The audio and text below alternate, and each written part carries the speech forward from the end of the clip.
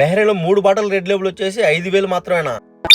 1.5 గంటలో మా ఫ్లైట్ అయితే బహ్రెయిన్ లో దిగిపోయింది. కువైట్ లో ఇల్లు ఎలా ఉన్నాయి, బహ్రెయిన్ లో కూడా సేమ్ అలానే ఉన్నాయి.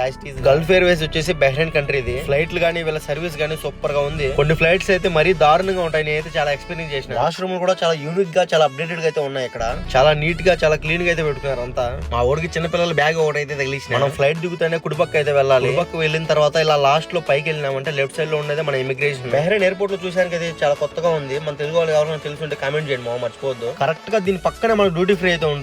సరుకు దొరికే ప్లేస్ ఇదే మామ. మన వాళ్ళు తెలియక ఎక్కడ ఉందని చెప్పేసి మొత్తం తిరుగుతా ఉంటారు. కరెక్ట్ గా ఇమిగ్రేషన్ అయిపోయిన తర్వాత కుడి పక్కన వస్తుంది మా డ్యూటీ ఫ్రీ. చాలా మందికి బహ్రెయిన్ బీడీలు US డాలర్స్ తెలియకపోవచ్చు. మీరు కానీ ఇక్కడ స్కాన్ చేశారంటే మీరు ఏ దేశంలో ఉన్నారో ఆ దేశం కరెన్సీ అయితే చూపిస్తుంది. ఈ డ్యూటీ ఫ్రీ వచ్చేసి గేట్ 14A నుంచి 19A వరకు అయితే మధ్యలో ఉంటుంది మామ. ఇక్కడ బర్గర్ కింగ్, KFC, ఫ్రైడేస్ కూడా ఉంటుంది. ఇట్లా ఆపోజిట్ లోనే 18A ఉంటుంది మామ. ఎవరికైనా తెలియకపోతే మన వీడియో వాళ్ళకి షేర్ చేయండి మామ, మర్చిపోవద్దు. మొత్తానికి మన బహ్రెయిన్ టు బెంగళూరు ఫ్లైట్ అయితే వచ్చేసి మామ. చాలా పెద్దది ఇది. సేమ్ మళ్ళీ నాకు విండో సీట్ అయితే దొరికింది. కరెక్ట్ గా ఎక్కిన 10 నిమిషాలకి అయితే